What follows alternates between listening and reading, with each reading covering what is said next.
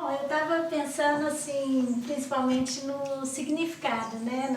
Na intensidade, na força desse momento de ter aqui quase 3 gerações dos Tupinambá, que tem talvez assim uma representação fortíssima na nossa história, né, do país, e cuja luta, cuja forma de lutar também tem se atualizado até os dias de hoje.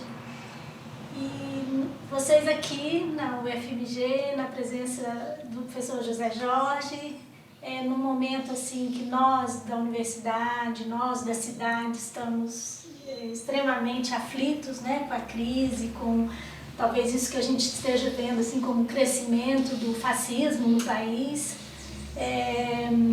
Eu acho que esse momento tem um significado muito grande, né? Tanto para a gente pensar o que tem sido no Brasil a educação formal e a responsabilidade da universidade com respeito a isso, como o papel da universidade nesse momento de crise, mas também assim a resposta que muitos mestres que têm vindo aos encontros de saberes, que têm chegado na universidade, mas também têm lançado suas vozes diante da conjuntura, têm a nos dizer no Brasil assim, sobre a profundidade dessa crise hoje, assim, o que eles podem nos dizer hoje sobre o que a gente está vivendo, o que vocês têm a nos dizer, né? Vocês Tupinambá, com tudo que vocês têm vivido, com toda a história de luta que vocês têm, o que vocês têm a nos dizer hoje sobre o enfrentamento possível dessa crise que a gente está vivendo. Então,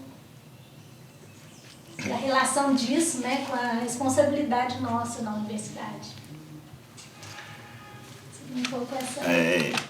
Eu sou o cacique Babau Tupinambá, da aldeia Serra do Padeiro, nós do território indígena Tupinambá de Olivença. Olha, nós, naquela região sul da Bahia, nós nunca enfrentamos uma democracia naquela região, pois é uma região que foi proibido índios e não índios de estudar, todos para servir a senhores do cacau, senhores de engenhos. As universidades criadas na região foi feita para vir o pessoal do sul estudar, não para os da região nossa. Então, todas as fazendas que tinha naquela região, era proibido os filhos dos empregados estudarem exatamente para eles manter a mão de obra ativa e não faltar mão de obra. Isso também requer porque nosso país rico tem extrema pobreza, né? Nós lutamos com os conhecimentos que veio de gerações para que não se perdesse. E fizemos uma frente de resistência, também não aceitando a imposição do que vinha de lá para cá. Claro que padecemos bastante, morreu bastante, mas não curvamos essa decisão. E aí o país foi andando em uma direção que não era mais só excluir, também era cooptar e dizimar os saberes. Quando a gente começa a acessar as escolas públicas municipais, primeiro ensinava quem é da roça é alguém insignificante, que não tem sentido de ser, que só quem é da cidade que é importante, da roça não é importante. E se não fala um português adequado, são pessoas burras. Isso as pessoas das zonas rurais começavam a abandonar as salas de aula, a sair. Por nós não falar totalmente o português e uma hora com pouca gente está falando, um pouco aparecem palavras da nossa cultura, e aí isso até ofendia os professores, né? Porque se a gente chegasse e listasse para outro Enecoema, ou chamasse alguém de cunhã, para eles era uma ofensa, era algo irrepreensível. Então, nós foi saindo daquele espaço. Mas quando decidimos a através da nossa cultura religiosa, que nós vinha, sempre sabendo que a gente ia ter que lutar pelo nosso território, inclusive para realinhar nossa região, nossa nação, porque nós não ia poder ficar submissa o tempo todo. Mas, por causa das causalidades anteriores, levou uma inquietação do povo quando a gente recebe a ordem de reivindicar o território do Tupinambá, que era para que todos soubessem que nós estávamos ali e queríamos. Isso também provocou efervescência no país. A gente pensou que seria só local, mas não foi só local. Porque o pensamento e a forma de Tupinambá agir, nós achamos que era algo simples, mas não sabia que ofendia tantos. Que levou ao quê? Primeiro que nós decidimos isso aqui, sempre foi nosso, nós nunca saímos, nunca abandonamos, nós fomos invadidos, assassinados e tomados. Nós fomos acusados de tudo nesse país. Então, a colônia Prestes passou naquela região, nós foi chamado de comunista. Lampião estava no sertão, nós era Lampião também. Tudo que tinha no país na década de 30, os Tupinambá do sul da Bahia foi acusado e o governo Getúlio Vargas nos ocupou e fizemos um enfrentamento e não cedemos a ele. Então, quando nós chegamos no ano 2000, que nós falamos, bom, agora não vai acontecer mais isso. E nós diz, nós somos Tupinambá, estamos aqui, queremos o nosso território de volta. Parece que nós estávamos revivendo os anos 30. Se você pegar as matérias que os jornais escritos publicavam naquela época, e os que publicaram do ano 2000 para cá são idênticos. Não, parece que um é cópia do outro, parece que as pessoas são até as mesmas que estão escrevendo as matérias. E sai o Fernando Henrique, entra o governo Lula, a gente tinha uma expectativa que seria mais tranquilo, e aí a gente percebe que não, porque a intensidade da perseguição em cima de nós, elas se triplicaram naquela região toda. Nós fizemos logo um enfrentamento na linha da escola, que nós falamos que nós não aceitávamos mais que o branco ensinasse, que nós tínhamos sabedoria suficiente para nós mesmos ensinar os nossos, educar o nosso jeito, porque não dá certo. Esse negócio da gente ter um saber e outro desconstruir. Então nós não queríamos nossos filhos mais na cidade. Tínhamos que ter escola dentro da aldeia. Foi uma luta só em 2004 que a gente conseguiu instalar uma escola que ia até o 2º grau. E aí nós lutando e as perseguições, quando nós falamos assim, a nossa educação ela é voltada para a essência do que é Tupinambá. Nós é o ambiente que vivemos. Não podemos aprender sobre outros ambientes, mas temos que ter pleno conhecimento de onde vivemos, do nosso habitat natural. E aí que uma coisa que ficou bem legal aí nessa questão, quando a gente bate o pé e quer nossa educação, aí o governo da Bahia mandou a DIREC ir até a Serra conversar com a gente. Aí eles viram que o que nós cobrávamos era real, que não era só os indígenas que não tinham aula. Era todo mundo naquela região era analfabeto. Os poucos indígenas que tinham estudo, que nós saímos de lá e estudamos fora. Estudamos em Porto Seguro, Cabralha, e na cidade de Goiararema estudamos um pouco, mas a pessoa era muito... Voltamos, aí ele pede, bem assim, o governo do estado fala assim, mas aqui tem muito analfabeto, a população inteira. Dá para a escola de vocês atender os não índios aqui de perto? Nós falamos, bom, se eles respeitar a nossa cultura e aceitar a nossa forma de educação, para nós não temos problema nenhum. Porque rejeitar também é uma forma de discriminação. Então, foi um ponto de sucesso que nós terminamos. Chegamos em 2018, que não tem mais analfabeto na nossa região. Nós zeramos e com um formato novo de educação, que as mães indígena e não indígena daquela região, todas podem estudar, porque nós fizemos o espaço do Curumim, aonde as mães trazem seus filhos, deixam ali, no intervalo das aulas é o espaço mais visitado, que todo mundo adora criança, então vai todo mundo para lá, as mães amamentam seus filhos, tudo dentro do espaço da escola. E com isso nós trouxemos cursos técnicos de agricultura, mais gerido por nós, e a partir daí nós não foi para a faculdade, nós fizemos faculdade à distância.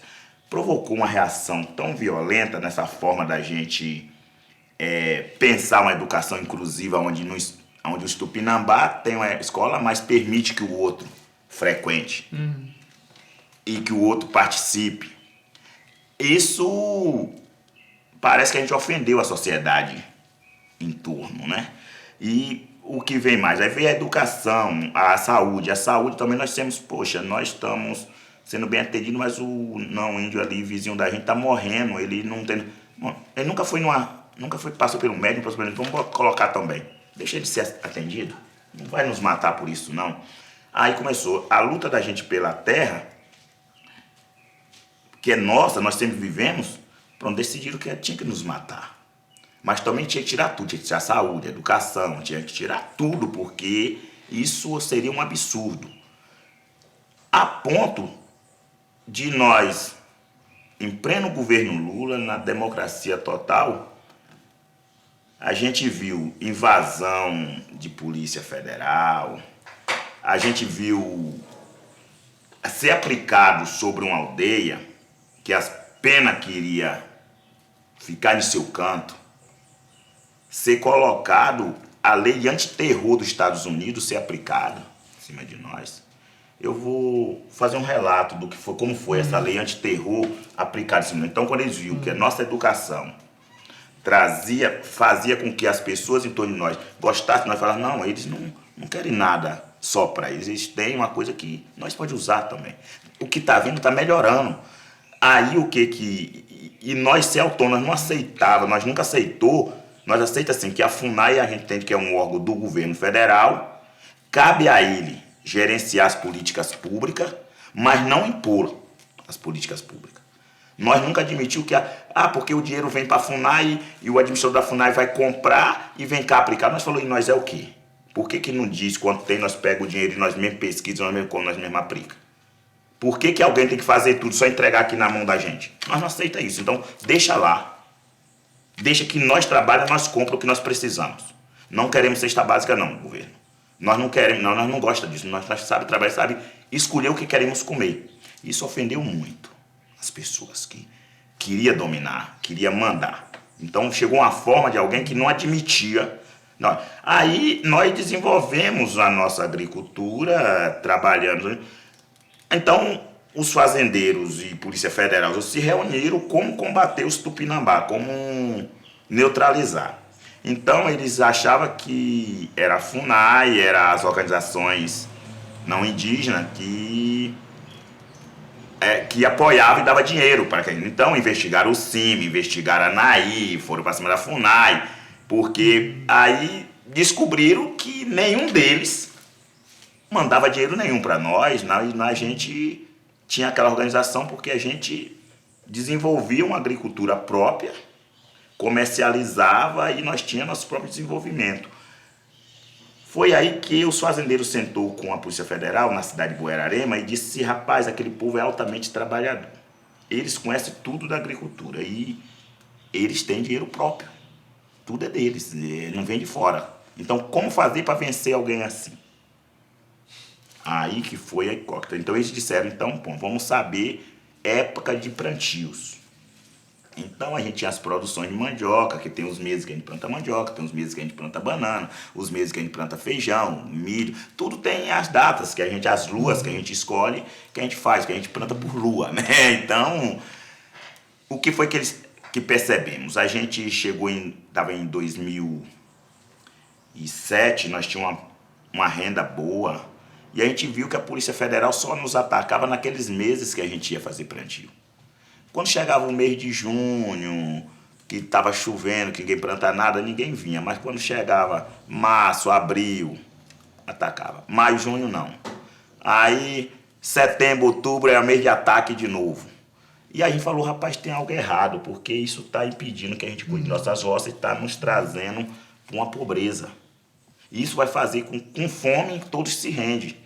Aí sentamos, repensamos, se a gente for cuidar só de roça, eles vão impedir que a gente garanta nosso território. Se nós for só garantir o território, nós vai ter que virar pedinte. Então Tupinambá tem que achar uma saída. Aí sentamos, nos organizamos com nossa associação, aí chamamos os não índios vizinhos que vivia trabalhando para fazendeiros e dizia assim, olha, nós estamos no impacto disso. Nós estamos sofrendo um retrocesso aqui e isso vai ser ruim para todos. Eles concordaram, disse, olha, vocês vão para o enfrentamento, a gente fica quietinho aqui e vai fazendo a roça para vocês. Vocês aqui contribuem com a gente financeiramente aqui embaixo. Enfim. Aí a polícia atacou e disse, gente, os meninos só crescem, só prospera. Aí, então foi aí que eles foram por pontos decisivos. Em 2008 em diante, eles resolveram esbagaçar com a organização toda nossa. Então, atacar definitivamente. Isso quando eles decidem atacar, assim, para dizimar mesmo, dizer agora nós vamos ter que escorraçar todo mundo. A gente fez o enfrentamento, passamos por esses ataques da Polícia Federal, né, com muita sabedoria, porque a gente entendia que aquilo ali era uma tática. Se Tupinambá perdesse, todos os povos que lutam por terra no Brasil ia perder se desse certo. Mas também, num formato que a gente se organizou, Tupinambá, era impossível. Né? Aí, quando eles viram, a Polícia Federal botou barreira na entrada da cidade para que a gente não escoasse o produto. Porque a gente não podendo vender nossa produção, então, mas ficaria... Foi aí que nós disse logo que nós não podemos levar nossa produção, nós vamos fazer os empresários vir comprar nossa produção aqui e sair com ela. E nós conseguimos alguns empresários corajosos que fez isso. Então, aí eles levavam alimentos para nós lá dentro da aldeia, comprar nossa produção, e assim eles não conseguiram, mas nós ficamos em estado de sítio, né? Sitiado mesmo. E aí a situação, e a gente não desistiu da escola, da saúde, não desistiu de nada. Nós fizemos todo o enfrentamento, mantendo tudo, e por mais que eles pregassem que os não índios não gostavam e odiavam e falaram, mas aqueles vizinhos não é que está falando da gente. A gente está falando de um não índio que está lá longe, um não índio que é fazendeiro, um não índio que gosta de ver o sangue derramar, um não índio que gosta de escravizar pessoas. Não é aqueles que também é escravizado aqui de nós. Então nós não precisamos maltratar isso. Então nós sempre teve essa consciência de não generalizar. E não generalizar trouxe também uma importância muito grande das pessoas ver em nós alguém que eles podiam confiar. Nós vimos que a juventude não podia ficar solta daquele jeito. Criamos logo um grupo de formação para os jovens, com seminários onde envolvia jovens, não só da nossa aldeia, mas de outras aldeias. Nós fizemos isso em pleno ataques, a polícia continuamente lá dentro. E a gente fala assim, por que isso? Se a gente não está matando ninguém, não está ofendendo ninguém, a gente não está agredindo ninguém, mas a gente estava trazendo, devolvendo para uma coisa, era a esperança. Eu acho que era isso que eles não queriam, que na nossa região tivesse esperança. Que o pobre tivesse esperança de crescer, esperança de ser reconhecido como ser humano, como gente. Foi aí que nós entendemos o que é que eles não gostam. Eles não gostam de saber que o outro tem inteligência até ou mais do que eles. Então Tupinambá vai proporcionar para que todo mundo nessa região vai ter que ter igual saber. E vamos abrir as portas da aldeia para todos que queiram, inclusive os inimigos que quiser aprender. Aí a federal quis vir aprender sobre guerra. E aprendeu. Aí tudo veio de cada... E aí nós falamos uma coisa, Jorge, que naquele dia na conversa eu não falei. Que nós falamos, o governo nosso vai reativar a ditadura no país só para atender a oligarquia desse país. Quando foi aí, eu estou pulando aqui um trecho, quando Jacques Wagner, governador da Bahia, chegou, depois de ter mandado mais de 370 policiais lá para dentro para sitiar nós, e não conseguiram. Então ele, no Brasil, o exército estava calado lá no canto, que ninguém nem via. Não. Aí Jacques Wagner da Bahia, ele precisa lembrar disso. Foi ele que pegou e chamou a GLO para o sul da Bahia. Ele, como governador, abriu mão do sul da Bahia e pediu a primeira GLO depois da ditadura dentro do país. Para cima de nós, Tupinambá. Garantia da lei e da ordem. E aí nós tivemos que fazer o enfrentamento dessa GLO. Então, a partir daí, você viu, é GLO para tudo que é lado. E agora, olha o que eles fizeram, todos estão fazendo para não demonstrar para o mundo que os indígenas, os quilombolas, as organizações de luta por terra no Brasil, por moradia, têm um saber mais evoluído do que eles. Eles querem tudo de volta, inclusive a ditadura, para não deixar que nós prosperem. É isso. Eu um breve relato, bem longo. Entendeu? Cais do saber, tudo isso cais do saber, viu?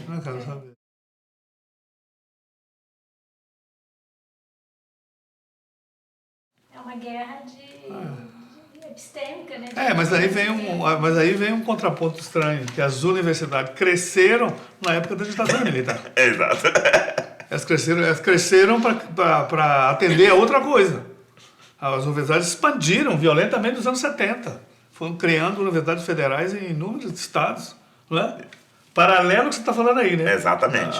Reprimindo os saberes de vocês e aprofundando o saber ocidental e eurocêntrico para servir ao projeto da elite.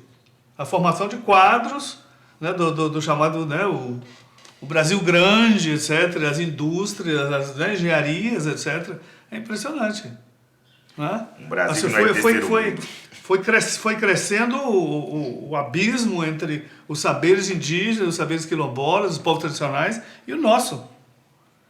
Elas não ampliaram para dialogar.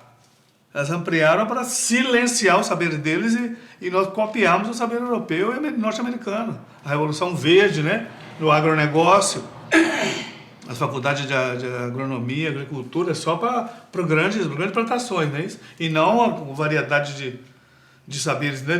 Quando você falou das mandiocas, a variedade que você estava contando lá de mandiocas, inhames, né? Que você contou, são vários tipos, é isso? Vários tipos de cará. De cará, ou inhame, né? Você faz puba, você faz... A sua goma, tapioca. O beiju. Claro. Tudo nós constrói da terra e nós precisamos da terra. Ou seja, você tem um saber da terra sofisticado, né? Adaptado ao lugar onde está. Tem milho, feijão. Exato. Tem uma taioba, que nós sempre fazemos cariru, precisamos das verduras. E é tudo da nossa terra. Nossa mãe terra que dá comida para nós. E nós corremos muito atrás da sabedoria e do estudo, porque meu sogro, ele era um pajé da aldeia, aonde ele pediu que eu corresse e lutasse, mas ensinasse ao menos 4 espécies de conta para os netos deles. Nunca deixasse de tirar o estudo. E quando eu tive 10 filhos, criei 6 dos outros. Quando eu vi tudo pequeno e eu lembrei que tinha que dar o estudo, eu lutei muito para eles estudar. E eu disse a eles, meus filhos, até a 4ª série é meu poder, eu vou lutar para vocês. Agora depois eu não sei, só Deus sabe. E Deus foi muito bom, maravilhoso, que abriu as portas, que até hoje eles estudam. E foi pedido do avô deles. E nessa questão aí é muito importante assim, meu avô nunca tinha estudado. E ele chamou, foi eu, minha irmã e meu outro irmão mais velho, os 3, e ele disse, olha, tudo isso aqui era nosso. E hoje está praticamente tudo na mão do branco. Mas nós perdemos isso aqui porque nós não conhecemos o que ele sabe. Nós só conhecemos o nosso. Então precisa vocês ir para a escola e aprender o que eles sabem. Depois se aprender, vocês vão recuperar a terra. E nós fizemos isso com perfeição. Que nós tínhamos que botar na escola e lutar pela terra. Porque nós precisávamos conhecer o branco para que o branco não tomasse mais do que era nosso. Mas nós estudamos e reivindicamos nosso território, mas não deixamos de ser quem nós éramos. Não esqueceram. Não. Na verdade, sem saber e sem perceber, a gente poderia dizer que uma geração de jovens entrou nas universidades de brancos dos anos 60 e 70, na época da ditadura, para virar inimigo dos indígenas, para virar inimigos dos negros, para virar inimigo dos povos tradicionais, sem ter consciência de que para isso que eles estavam sendo educados. Eu vi uma coisa muito bonita. Os engenheiros, os médicos, os agrônomos, tudo viraram inimigos. Eu vi uma coisa muito bonita quando eu ia na faculdade, que eu nunca tive, meu sogro nunca teve, mas sempre falava. E eu vi negro, índio lá pedindo ajuda para aqueles jovens, que é o futuro da manhã, ajudar sobre o território, sobre a terra e sobre a nação, né? Eu fiquei muito feliz, achei muito bonito por essa luta. De resgatar a sabedoria, o que o jovem sabia e sabe, o que os velhos sabem, para não morrer, né? Meu sogro morreu, levou a sabedoria dele. E hoje nós temos um pouco do que ele passou para nós. E se nós amanhã fartar, fica sem saber. E é bom passar para o jovem crescer e nunca esquecer que a terra é mãe, a terra cria e a terra limpa, tudo no dela. E é muito bom a terra. E cada um que nem nós lutamos por nossa terra, para nós viver nela, criar os netos, os bisnetos e nunca sair dela.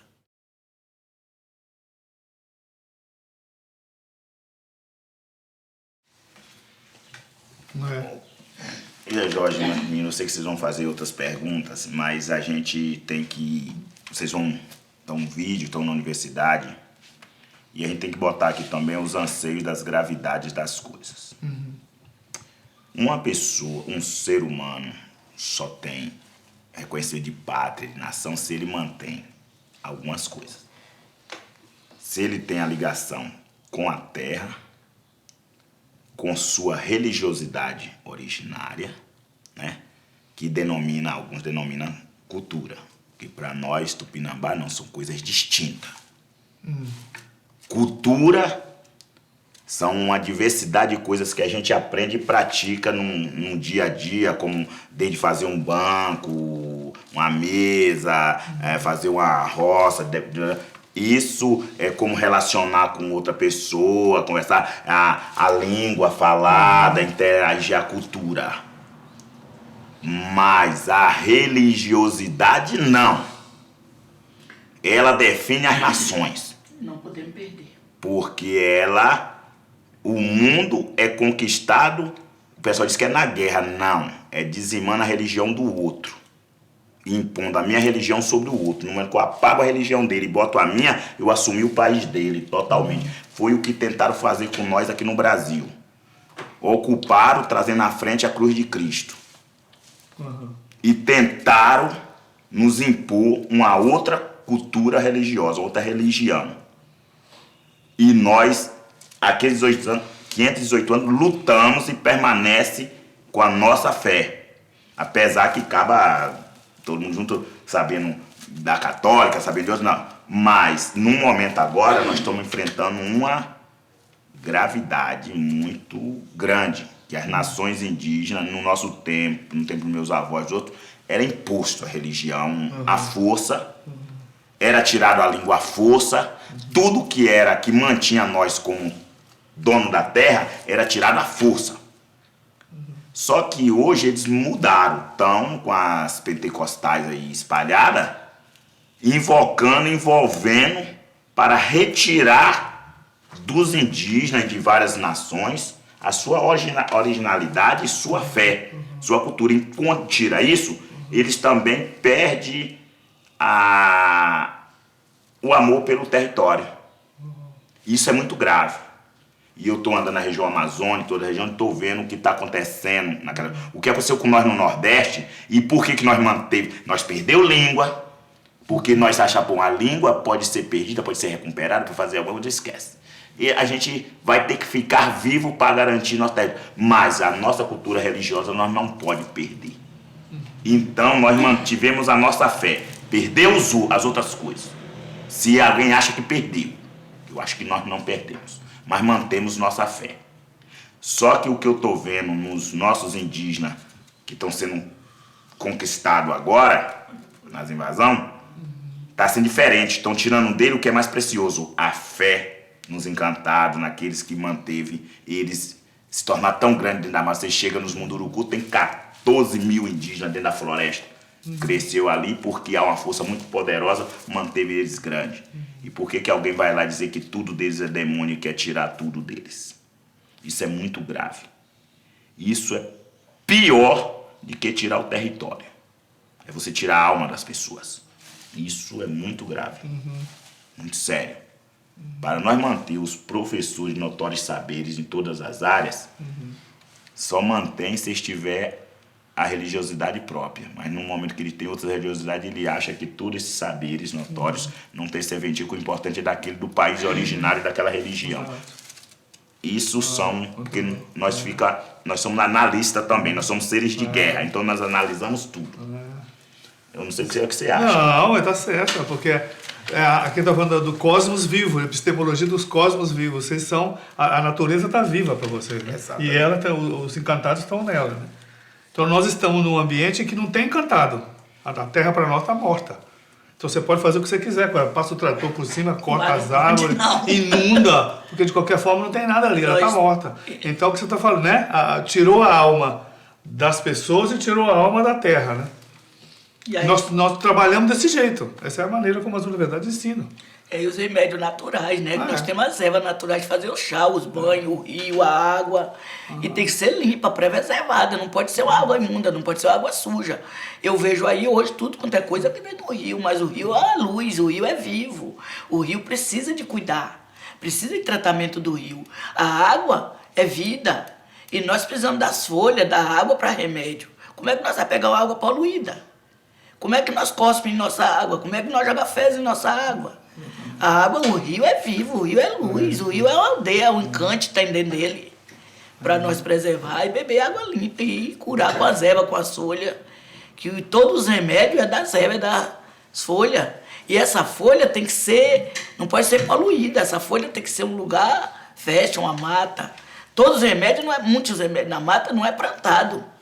Ele já pega lá, que ele já nasce. Como é que derruba a mata e queima o remédio que nasceu lá dentro, que Deus deixou? Nós, do Pai Tupã, deixou as ervas, deixou as plantas. E nós não podemos acabar com isso, saber não.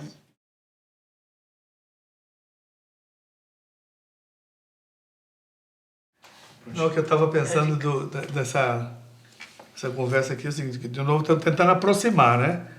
O mundo da universidade, esse mundo ser fechado, né? Que é uma bolha, o mundo da universidade. E o mundo de vocês, das comunidades tradicionais, vocês vêm para a universidade, então nós estamos fazendo aí uma aproximação de dois mundos que pelo contrário, tomaram caminhos opostos, né? A universidade foi se fechando, né? Agora, como você falou, é voltar, né?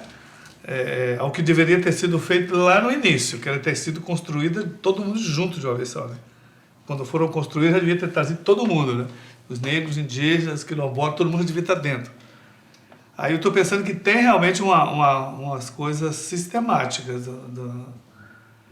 É que enquanto vocês estão integrados, nós apostamos em não estar integrados.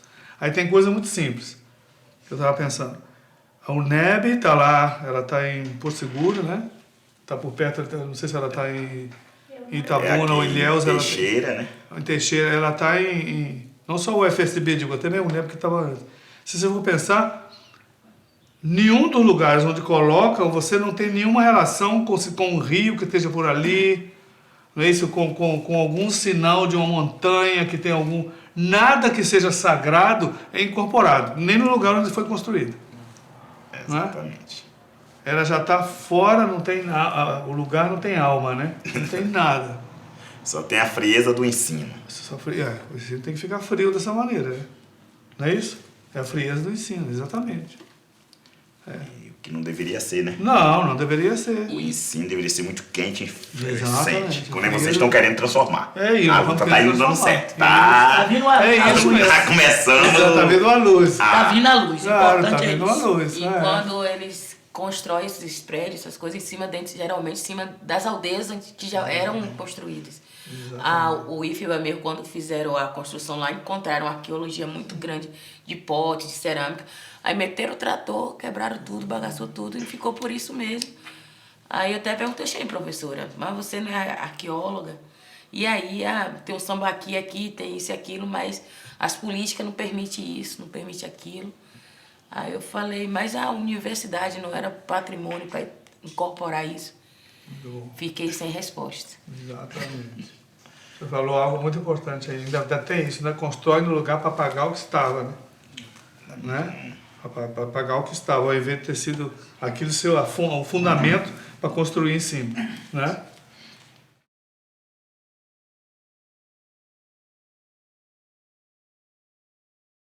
E aquela pergunta que a menina fez da educação, né? Sobre esse método, né? Isso. Olha, a gente sempre sabe quando o ser humano tem um conhecimento mais abrangente, a primeira coisa que elimina é a pobreza. Entende? A coisa que chocou muito naquela região foi isso. As pessoas eram criadas, desde os avós até os bisnetos, para servir a um senhor proprietário de terra. Quando nós abre as portas da escola e ensina uma educação, até que tem uma educação na outra escola, mas lá eles ensinam como fazer avião, como fazer automóvel, como aprender sinalização de trânsito, como uma série de coisas que não é o mundo daquele aluno. Então, o mundo daquele aluno é outro. Ele não acha importante um avião. Ele acha importante um voo de um pássaro.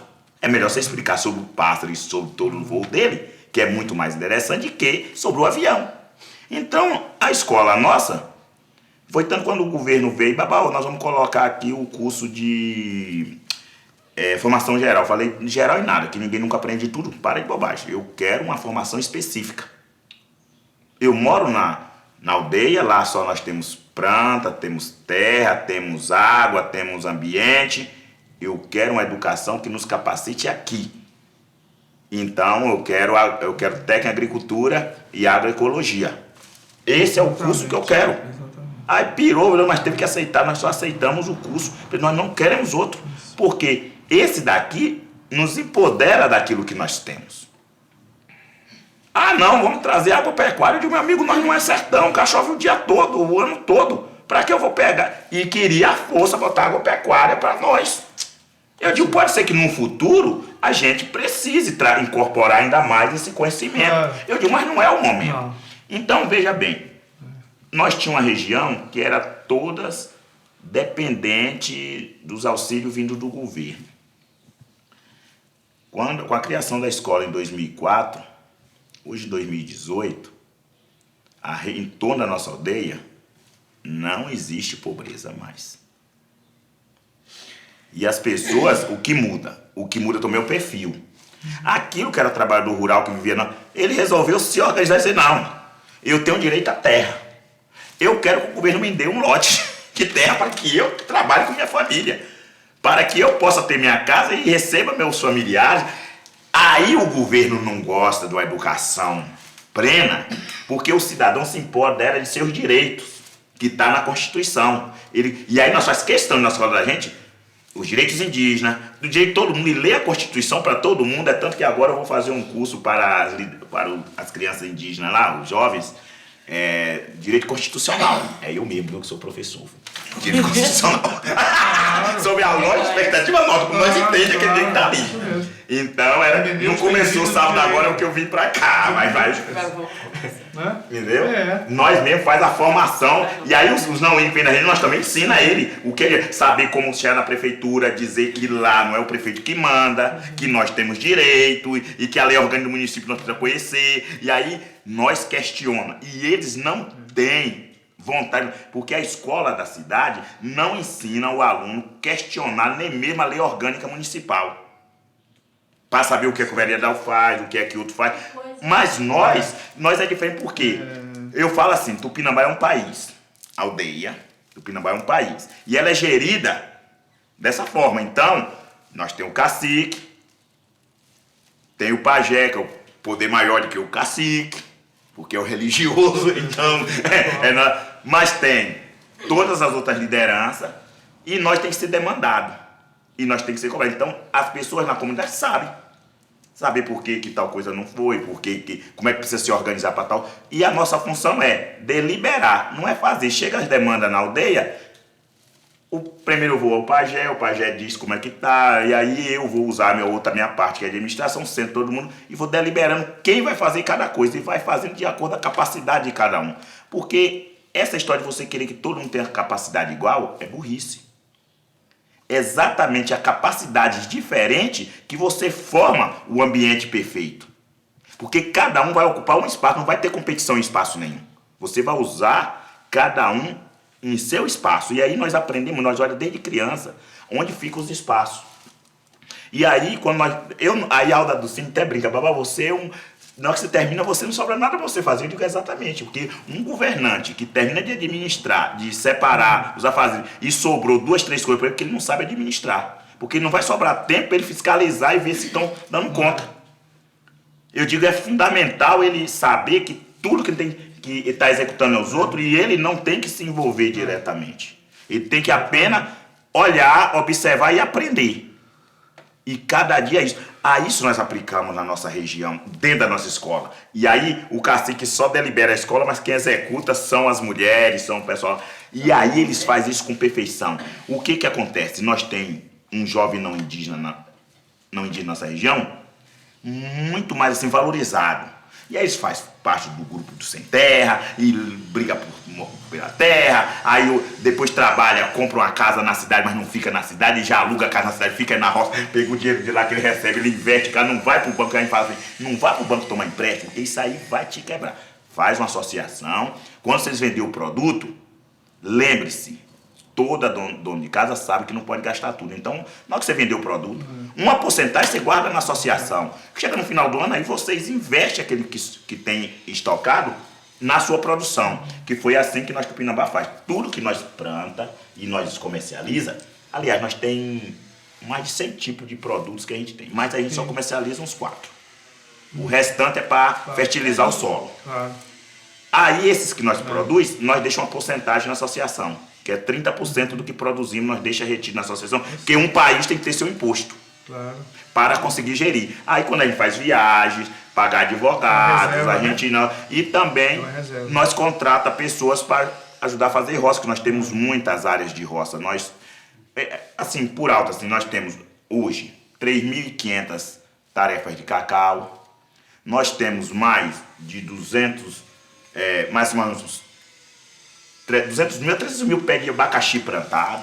Muito. Nós temos, assim, em torno de uns 60 mil pés de banana da terra plantado. Grande produção. Aí nós temos mais de 20 mil pés de cupuaçu plantado. Nós temos açaí, banana da praia, nós temos mais de 200 mil pés. E com isso a gente até mudou o IBGE, a visão do BGE, como ia nas comunidades indígenas. Com uma briga. Com uma briga danada. Então, se eu fazer um comentário aí, que seja o seguinte: o Babau raciocina no passado, no presente e no futuro. Você raciocina nos 3 níveis, né? Você está na ancestralidade, você conhece a história do Tupinambá desde o início, desde antes de chegar Pedro Álvares Cabral, depois vem os quilombos, vem os africanos escravizados. Então ele está raciocinando no passado completamente. Você está raciocinando no presente, como você está explicando aí, né? O IBGE muda porque vocês têm uma de frente com ele que está funcionando. E você raciocina para o futuro, porque você, na educação, como que você vai ter uma estratégia da continuidade. O que nós tínhamos que fazer é o seguinte, é como se ele fosse um professor titular, né, de imaginação política, de refazer a cidadania, como você ensina a cidadania na universidade. Na universidade nós não temos praticamente uma formação cidadã dos estudantes, né, porque há uma cidadania com a perspectiva indígena, com a perspectiva tupinambá, né? Veio o bispo, por exemplo, que explica uma cidadania numa perspectiva quilombola, né? Vem Joelson, explica uma cidadania na perspectiva do MST, Assentamento. dos assentamentos, dos outros povos. Nós temos que aumentar a imaginação política, a imaginação cidadã. É isso. Nós só temos uma que é copiada, que é a imaginação política europeia. Mas não está enraizada aqui, não tem raiz nenhuma aqui.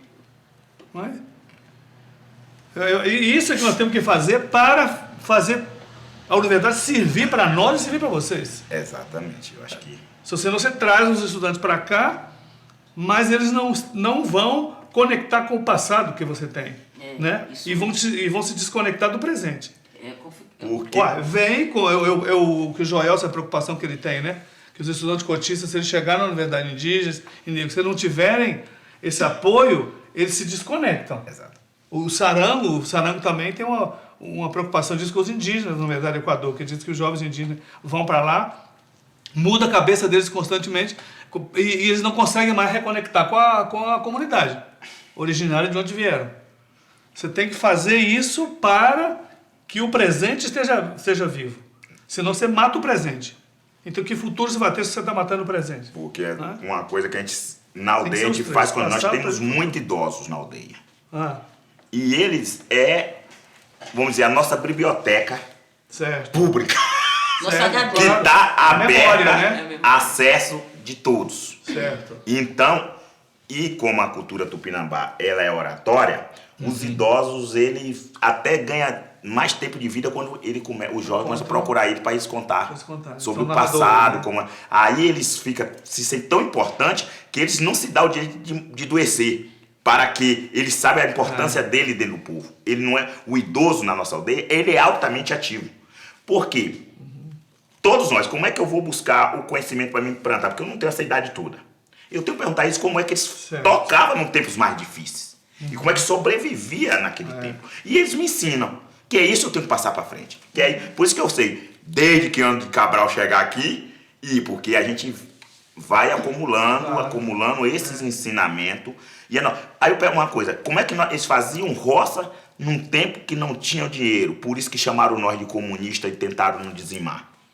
É porque fazia os batalhão, porque tudo em nós é guerra, então tem batalhas para ser vencida. Então, o batalhão nós temos que fazer uma roça para ser alimentada daqui a 6 meses. Então, reunia todos os vizinhos daquelas regiões, reunia um dia e trabalhava o dia inteiro. Pronto. Aí deixava a terra lá. Depois, quando eles achavam que estava pronto, voltava todo mundo, plantava. E voltava na época de limpezas. Pronto. Um dia só, todo mundo junto faz o trabalho de um ano. E fazia festa. E sobra tempo para fazer as outras coisas que a gente gosta. Pescar, caçar, dormir, brincar, festejar. E a roça, nós não se tornamos escravos da roça. Nós não é escravo. Se chegar lá, Tupinambá brinca o dia todo, Nós não é escravo. Nós temos tudo isso plantado. Que eu falei. Sim. Mas você não vai encontrar nós na roça praticamente dia nenhum. Porque nós conseguimos se integrar. São vários tempos, né? Você tem o tempo que você está arrumando a terra, depois o tempo que você vai plantar, não é isso? Sim. Depois o tempo vai Exatamente. limpar, até o tempo de colher, etc. Enquanto isso, outros a tempos... colha vai que é mais dançando, interessante, que é o tempo de cantando. festa, né? Que é comer Festa. tudo que plantou. Aí a parte mais importante. O São João, a festa junina nossa lá, é muito interessante, porque nós temos que ter a festa, porque todos nós temos que plantar o milho, todas as famílias têm que plantar seu pedaço de milho para a festa junina, para reunir. Aí nós faz licor de tudo que é fruta que nós temos. Porque vai ter que... E aí, menina, nós matamos o boi, aí vai todo mundo festejar e comer muita carne. Então é a parte que a gente... É uma parte... Agora é festa, não, é religiosidade nossa. Nós temos que ter tudo isso. Você sabe o que é? Você comungando todo mundo juntos. Festejando, brincando, você não vê violência, não vê briga. excluir ninguém. Que é uma coisa que na nossa comunidade não tem. Quando a gente vê na televisão essas violências... Não encontra uma mulher que foi espancada, um marido que foi, uma criança que foi violentada, foi espancada. Não. Aí a gente assiste a televisão do branco e se assusta com o que a gente vê, com o que a gente não tem dentro de nossa casa. E a gente também não quer que os nossos aprendam. E por isso que a gente tem que, cada vez a gente... E aqueles que chegam, a gente fala logo que foi uma coisa, um avanço também. O pessoal sem terra, os outros quando foi estudar muito com nós, tinha muitos da bebida alcoólica, criança que apanhava das mães, dos pais, os pais que batiam nas mães. Nos primeiros meses, a gente fez uma reunião com eles, falou, olha, e lá todo mês, né, sério, uma vez por mês, a diretora da escola, que é minha irmã, convoca todos os pais, índios e não índios, para sentar, para explicar, porque nós não admitimos que uma criança chegue aqui machucada. Nós não admitimos que a mãe chegue com o olho roxo. Nós não admitimos que uma criança... Aí nós... Pronto, né? E outra coisa, o pai que toma cachaça mata os filhos de fome. Nós também não gostamos. Você vai estar em nossa escola, mas nós queremos que vocês mudem tudo isso. E não é que mudaram? Bem melhor. Mudou. O assentamento está bem hoje, está bem melhor. Então... Porque se você dá um murro numa criança, a criança aprende que é dar um murro em você. E Mas as se crianças, você não deu até as um crianças nele- deles, se mexer, eles sabem que pode contar pro cacique, sabe que o cacique vai tomar providência. E o pai dele não vai poder bater nele, que uma das coisas que as pessoas mais têm medo é, eu conto pra fulano não faz nada, eu vou apanhar de novo, né? E aí não conta. Só que eles têm confiança, não, se eu contar pro cacique Babau, meu pai nem ninguém vai mexer, até os não índios lá dele falam assim, ele não vai mexer em mim. Então eles têm confiança em contar. E aí, isso a gente quebrou um círculo de violência doméstica naquela região. Também, quando a gente põe a escola e abre a porta da escola e diz, olha, aqui o saber é dessa forma. O Babau tinha que estar no conselho diretor da UNEB, né? Da UFSB, nos conselhos, né? Você tá, né? Nos Eu não, conselhos. nenhum. Tinha que estar nos conselhos, né? Que na verdade, como se fosse assim, a UFMG agora tem que ter assim, a perspectiva Tupinambá, né? Epistemologia Tupinambá. Depois até a perspectiva Chacalina. Vai ampliando. Vai ter, Nós vai. tínhamos uma perspectiva só, né? Agora a gente vai aumentando as perspectivas. Então ela vai ser reconstruída com o conjunto dessas perspectivas. E aí vocês criam a Né? maior expectativa. Como é que você se torna grande? Hum. É quando todos conhecem sua cultura. E que todos respeitam sabendo que ela não é evasiva. Ela não vai tomar a sua, não vai ocupar a sua, mas vai fazer Conviver. parte que você pode aprender. Vai conviver, né? E aí, aonde Tupinambá sempre conseguiu viver entre outros povos, mesmo não sendo tupi. Porque se nós chega em Pataxó, nós é Pataxó. Respeite. E nós vai respeitar Pataxó e pintar a pintura Pataxó e fazer os cantos Pataxó. Quando nós está em Guarani, nós somos Guarani. Nós não impõe a nossa cultura ao outro jamais, mas não perdemos elas nunca. Essa é a diferença. Por mais linda que seja a cultura do outro, Tupinambá é tão arrogante que acha que a dele é sempre melhor. E aí disse, não, eu respeito a sua, mas a minha eu não perco.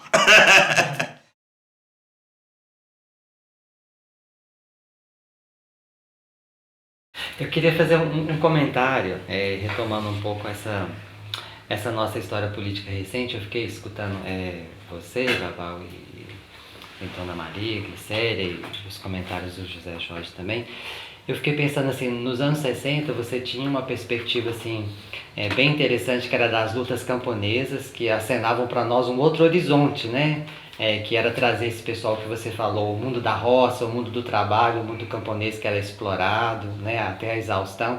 Ele se torna aí um sujeito político, entra para a história do país e a ditadura vem e sufoca, né, destrói violentamente esse movimento camponês. E eu fico imaginando assim, fazendo um retrospectivo, parece que hoje há um novo protagonismo político indígena. E escutando você e vendo os exemplos que você menciona de outros povos também, como você menciona os Munduruku, por exemplo, ele é feito, parece uma frente mais alargada. E vejo esse diálogo que vocês têm aí com o pessoal do MST, dos assentamentos, assim, parece uma coisa riquíssima, porque é isso que José Jorge falou. É uma imaginação política acrescida de preocupações que a gente não tinha nos anos 70, depois, nos anos 60. Nos anos 70, o movimento operariado, que constituiu uma frente importante de resistência à ditadura também, não tinha uma imaginação como essa, né? Eu queria que você falasse um pouco sobre isso. Eu tenho a impressão que tem um novo protagonismo político e epistêmico indígena, e ele alarga o horizonte assim, né, para todos, sobre os brancos, inclusive, como se, né, a Jorge falou, a nossa imaginação política também se esgotou. Né, e o que vocês trazem uma riqueza de questões ligadas a isso que você mencionou, a política, ao conhecimento, à religiosidade. Isso. O que foi que aconteceu? Sempre tem um marco em alguma coisa para mudar alguma coisa. Os indígenas estavam muito separados um do outro. E dentro da própria FUNAI em Brasília, tinha uma implantação dentro até dos próprios funcionários lá muitas vezes, de colocar os índios do Nordeste contra os índios do norte, os índios do norte contra do nordeste, e criar, assim, sabe, um enfrentamento. Só que índio não entra muito nessa, né? Nós mesmos buscamos soluções. Foi aí que os Caingangue, do nada, resolveram fazer um acampamento em Brasília. Vieram e acamparam na esplanada dos ministérios. Pá! Os outros indígenas olhou e disse, eles estão com razão, nós vai apoiar. Aí que o acampamento terra livre. Não, tem outro surgindo aí. Aí foi agregando os outros. Aí os outros, não pode morrer. Vocês tiveram uma belíssima ideia. Isso que é bom no povo indígena, que um reconhece quando o outro faz uma coisa boa. E aí nós vimos que ali era um espaço para nós dialogar o país inteiro uma vez por ano. Nós começou com 10 povos, 20, 30, chegou a 115 nações. Está em Brasília discutindo durante uma semana todas as temáticas, e isso está incomodando, que já tiraram nós da esplanada dos ministérios, estão jogando toda hora, jogando mais num campo. Né? Agora estão empurrando, porque eles sentiram que isso é força, porque nós não tínhamos como conversar entre nós. Mas agora nós sabemos que uma vez por ano, nós temos uma semana para nós dialogar entre nós e colocar e afinar as situações, entender o que está acontecendo e ver o que pode fazer. E com isso foi sendo trabalhado que o sem terra não é inimigo, que o quilombola não é inimigo, o outro não é inimigo, que nós podemos somar, que nós podemos... E aí o pessoal da região amazônica começou a ver toda aí, desses 5 estados do Amazonas, começou a ver que o Nordeste tem muito a oferecer a eles. E eles também têm muito a oferecer a nós. Separados seríamos mais fracos. Exatamente. Então começou a ver isso. O movimento negro começou a ver que realmente eles não podiam discriminar os indígenas, que sentando com os indígenas, eles iam também pegar uma expectativa boa de guerra, de luta, algumas... E aí mudou a ponto, eu circulo o país todo conversando com a no Mato Grosso do Sul, ali, principalmente com os Terena, com os Guarani, eu sou ídolo deles, e eles é meu ídolo, que nós gostamos demais. Assim como fui no Acre com Geminal, com aquele povo todo, com os Rumiquim, tudo. Rapaz, é uma coisa, sabe, que eu fico sem arrepiado quando a gente se junta, eu mais os parentes, nós se juntamos. Agora mesmo, tava com os parentes de Munduruku, no Pará, estive no Maranhão com meus parentes de Capó para discutir as temáticas da invasão dos territórios. Aí com pouco eu me deparo, o Quilombo me chamando, babá, você vem cá, para nós discutir. Aí com pouco eu me deparo com o pessoal lá no Morro do Alemão, babá, vem cá para nós discutir. Aí eu fui lá, aí eu vou. Aí lá em São Paulo, minha coisa, no Morro do Alemão foi muito interessante, porque foi discutir. E no dia que eu fui, foi na semana que aquela menina, os policiais mataram aquela menina na frente da escola, né? Nossa. Tinha matado, e o alemão tava efervescente, assim. Aí eu tive lá e fizemos um dia, Marcelo Chorrel, Daniela Lacon, eu conversando com a dona Zilda Chaves, Zilda, os filhos, e reuniu, e veio outras pessoas de outras favelas, veio pra cá pra se reunir comigo. Eu digo, olha a importância, vir. Eu estou aqui, eles convidam até outras favelas pra vir, pra sentar, pra dialogar, pra entender por que eles morrem tanto. Por que está acontecendo tudo isso com eles? Eles não é bandido, eles não é isso. E por que estão? Só aparece na mídia aquilo. E por que está aquilo? E eu sento, mas eles começam a conversar, depois cada um começa a expressar o que estava acontecendo. E aí eles falam, olha, nós não é evangélico, na verdade nós é povo de terreiro, mas se a gente botar nossos trajes aqui, as religiões mandam os traficantes virem aqui tomar, rasgar, e a gente não pode fazer... Eu falei, é por isso mesmo. Eu falei para eles, é isso que está acontecendo. Vocês são da matriz africana, é diferente de nós indígenas. Eu sei que não discute isso entre vocês, muitas vezes a gente sabe que não, mas vocês são povos de oferenda. Se vocês não fazem oferenda, vocês se tornam oferenda. E por isso tanta bala perdida mata tanto de vocês, olha bem. Não foi bala perdida que matou índio aqui na cidade, mas mata só vocês. Não consegue bala perdida aqui matar algum branco. Só mata negro. Eu digo que vocês são povo de oferenda. No momento que eles proibiram vocês de praticar a fé de vocês, e vocês se sucumbiu ao medo e recuou, vocês não confiaram na sua fé. Então sua fé continua querendo a oferenda. Então vocês se tornam oferenda. Eu digo o contrário, nós indígenas, nós não é povo de oferenda, nós é povo de guerra, nós é povo de fazer. Nós não precisa estar fazendo oferenda para encantado. Nós não precisa colocar nada em lugar nenhum. Nós vai, nós cai, nós pede, ele vem e socorre nós. E nós não sabe, nós não entra na mata, nós desconheceu alguma coisa, nós pede para que ele clareie, ensine para que serve aquela planta, na mesma hora vem e sabemos a solução e para que serve e como fazer.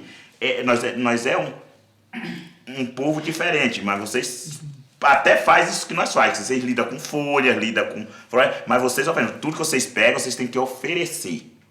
Eu digo, Janaína, nós mergulha junto e nada junto, porque chama a irmã. Eu digo, vocês não, vocês têm que levar presente, fazer festa aí. E nós vocês são... que nós botamos lá, quem come é nós. Então, aí expliquei isso, não sei se o povo negro gosta de receber essa explicação, mas enfim. Mas a gente tem que dizer aquilo que a gente sabe e conhece das coisas, né? Porque cada um de nós tem uma responsabilidade. Às vezes a gente está fazendo as coisas e acha que, não, eu estou fazendo porque estou querendo mudar. Não. É o nosso espírito que a gente tem nós Tupinambá. Nenhum de nós somos sábios. Nenhum de nós temos conhecimento. Ele vem para nós. Nós tem. Tipo o computador ali. O computador só tem a sabedoria que você coloca, né? Nós também. Isso aqui é uma espécie, assim, vamos dizer, de computador. Só que nós tem alguém que quer que a gente faça e envia exatamente aqueles saberes para nós. Que é o momento que nós temos de pessoas que, na hora que receber os saberes, disse, eu vou botar para frente. Eu acho que eu posso mudar a universidade, eu estou dentro da universidade, eu vou usar o meu cargo que eu tenho para fazer a diferença. Eu sei que muitos não gostam, mas eu vou ter que expor. Mas tem pessoas que não, que veem a coisa aqui, ele até tem vontade de dar, mas não, eu não vou dar não, porque o outro pode não gostar, o outro pode se sentir mal. Aí ele guarda para ele e morre ali. Deu um vírus na mente, não passou para ninguém. Mas ao contrário, agora a gente está vendo que as pessoas estão expressando, estão transmitindo. E eu acredito que o futuro é essa unidade entre as nações no Brasil, ela se tornar cada vez mais forte, porque todas as nações no Brasil estão sendo atacadas fortemente em seus direitos. E aí eles vão combater o direito como o quê? Ocupando as universidades. Então espere que ela vai... ou ela demanda ou o povo vai demandar para ela. Claro. Isso vai acontecer. E fazer uma aliança, como que eu estava falando, fazer uma aliança também incluindo os brancos que são dissidentes dos brancos da elite também.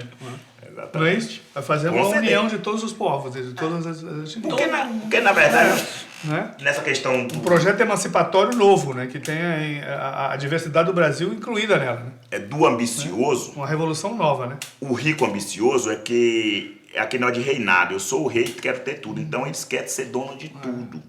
Isso é muito grave.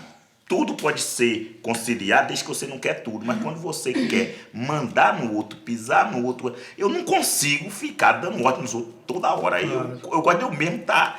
Agora quando você está aqui, vamos distribuir tarefas, aí eu digo, certo, vamos distribuir tarefas. Mas ficar dando ordem, mano... Eu mesmo tenho que saber fazer. Saber fazer. Nem todo branco é ruim. Nem todo negro é bom. Nem todo índio é bom. Porque nós, depende daquele espírito que a gente deixa ir para frente. Que a gente queira compartilhar, conciliar. E aí nós temos um mal, e aí eu falei já algumas vezes, agora por incrível que pareça aqui em Minas, ressurge o problema de novo, que o cidadão que furou o Bolsonaro questionou a maçonaria, os negócios, né? E nós Tupinambá entendemos, e eu já falei isso, não é por causa desse caso, eu venho falando outras vezes, há universidades no mundo, vamos dizer assim, desde a Grécia Antiga, do século 50 a.C., ela foi pensada por Sócrates, Pitágoras, aquele pessoal todos lá, exatamente numa maçonaria. O pedreiro que constrói o saber. E eles resumiram, levaram para Roma e resumiram mais e importaram para ter o ser dominante e o outro ser inferior, mesmo sendo da mesma raça. Sim, é verdade. O negócio caiu. Sim. Entendeu? E aí foi importado isso para o mundo com tanta perfeição, porque aí criaram a maçonaria mundial e ela empoderou todos os ricos com ela e no pensamento dela. O Congresso Nacional hoje reflete o que pensa eles. Isso mesmo. E a falar assim, ou fica assim, eu acho graça que a gente é muito simplista. A gente joga Ah, o agronegócio está elegendo fulano. Fulano tá assim, meu amigo, não quero saber quem é o agronegócio, quem é a bancada da bala, quem é do boi, está elegendo, eu quero saber que organização todos eles se encontram, porque senão um brigava com o outro. Só não briga porque eles partem do mesmo local, no mesmo, só que em várias vertentes. Então, nós temos um mal central. Tem. E você não pode combater a rama, você tem que combater o tronco, para evitar, se você não poda as árvores, o excesso de broto impede que ela bote. E é o que acontece com nós. Ou seja, nós temos um poder único mandante dentro do Congresso Nacional. E é a maçonaria. Que une a bancada do boi, da bala, da bola e parte da Bíblia. Eu sei que eles não gostam, mas eu estou dizendo. Temer é maçom, você sabe, né? É. Eu tenho uma foto dele. Em Todo São Paulo, de mundo- 2 anos atrás, na maçonaria. Todo mundo é filho de Deus, mas cada qual tem sua diferença. Todos nós é filho de Deus, mas não somos igual. E o povo quer que seja igual, mas não é. Gente, vamos... O Davi Cooperal também falou ontem que são diferentes. Ele falou pra mim assim, nós não somos iguais, normalmente diferente, não tem assim não. Ele falou, O sangue é vermelho, ninguém tem sangue preto. É A diferente. mulher disse lá ontem, você viu? Ah, nós todos somos igual, o sangue é vermelho. Sim, nós todos temos sangue vermelho, nós todos somos filhos de Deus, mas não somos igual. Tem O que é todo que mundo. mata o corpo? a É o língua. sangue. É, quem mata o corpo eu sou. O sangue, Quem faz mal o corpo é o sangue. ele pode provocar isso. Então, quando a gente diz isso, que a gente tem, dentro da família, a gente tem 4 irmãos, cada um quer uma coisa. E aquele que quer muito uma coisa, pode até destruir os outros. sim, sim. E aí, aonde mora a sabedoria, você tem que combater exatamente esse exagero que você tem de querer ser maior que todo mundo e ter mais que todo mundo. Sabedoria demais é monstruosa. Agora, uma sabedoria distribuída, ela é perfeita. Compartilhado. Agora, aquele que quer todo saber para si, não dá. É outro Não modelo, dá. né? Outro modelo de conhecimento, né? Lá de Outro Tupinambá modelo. era assim, toda vez que... É horrível, né? Vou contar aqui, assim... Tem história. Tem uma história, não Aí tá sabe? Tupinambá. Aí o que? As pessoas... Para os Tupinambá, quando alguém tem muito saber, ele se torna altamente perigoso. Como ele conhece de tudo e sobre tudo, ele representa um perigo mortal para o próprio povo. Porque ele pode dominar todo mundo. Claro. Então, ele precisa imediatamente distribuir essa sabedoria entre todos. Aí o pessoal vai lá, pega ele, bota numa mesa, corta o pescocinho dele, cozinha, come. E o assa come. Aí ele fica igualmente em todo mundo. Então a sabedoria dele não é mais só dele, é de todos. Porque ele pode se tornar um ditador. Claro. Porque ele acha que sabe tudo e os outros sabem menos e ele tem que mandar em tudo. Não pode ninguém. Então é melhor a sabedoria dele no meio de todos, Claro. todos fazendo parte dela, de que ele só achando que é o bambambam. Então, como Isso, exatamente. distribuir a sabedoria. A ideia desses centros de excelência do saber é uma monstruosidade, na verdade. O que ele está falando é algo monstruoso, essa própria ideia. Né? Aquele lugar em que vai ter todo o saber, todos os outros vão ser inferiores a ele. Isso é uma ideia monstruosa. Muito bom.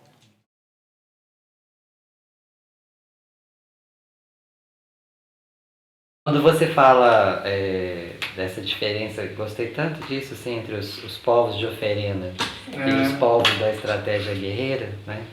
Eu fiquei imaginando, é uma história que está muito complexa, eu mesmo assim, né, conheço só um grãozinho, assim, uma partícula dessa história.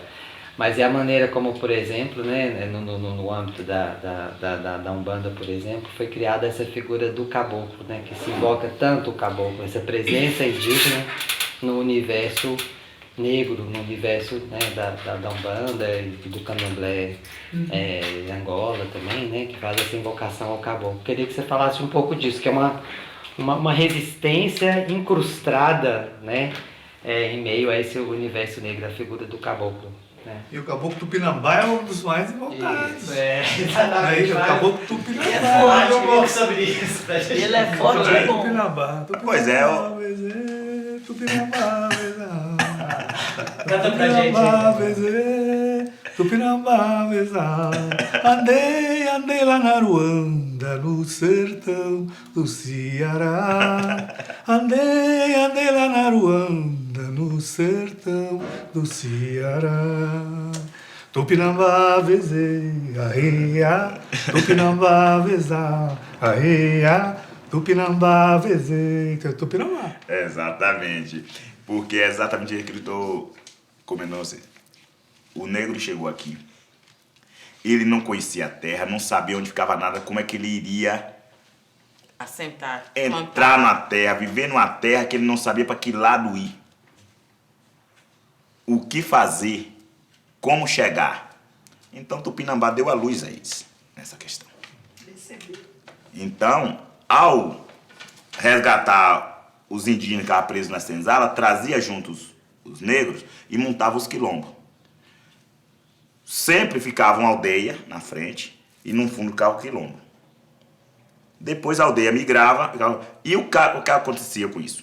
Festejava junto. Tupinambá tem que fazer festa. Terminou a guerra, faz festa. Perdeu a guerra, faz festa, porque perdeu a guerra, tem algum motivo, tem que verificar. Então, tudo tem motivo para a festa. E o negro também adora a festa. E aí, eles começaram o quê? A fazer as festas juntos. Em algum momento, claro, havia briga, havia... sempre isso o tempo todo, mas houve. E acabou também, para ter conhecimento, ele tinha que grupos negros andar no território. Para conhecer, inclusive para ter acesso para outros indígenas não atacá-los. E o Tupinambá era quem fazia esse povo, pegava eles e levava em aldeia explicando que era povo protegido por Tupinambá que não podia ser mexido. Então, naqueles que tinham aquele alinhamento, eles sobreviviam os quilombos. Em outro local, porque não tem relatos, mas em locais que fundavam o quilombo num dia, no outro, os indígenas matavam as pessoas do quilombo inteiro. Porque tinha como invasor. Só sobreviveu os quilombos que era com parceria indígena.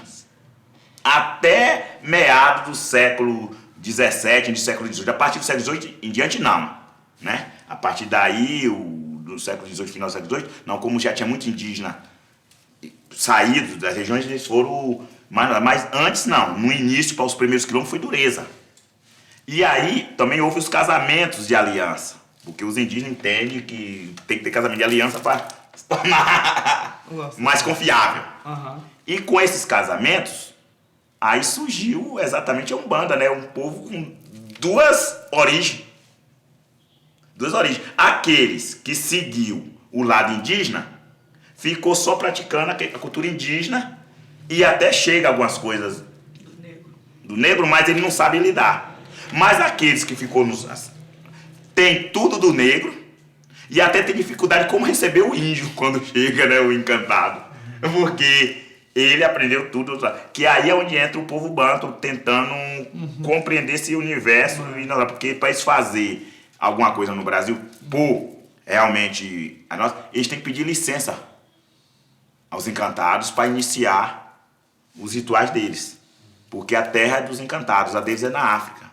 Se os encantados chegar lá, os encantados talvez tenham que pedir a licença lá para fazer. E aqui, então, hoje, eu não conheço, não sei bem como é a quantidade do candomblé, como é que funciona. Eu sei que o pessoal fala, não, banda, não sei o quê, e pra mim é tudo uma coisa só. E aí, mas na verdade não é, porque tem as diferenças. Tem as etnias. Então, mas a gente entende que não é 100% diferente do que é nós. Por exemplo, os tupi, nós não dependemos tanto da floresta para manter a cultura.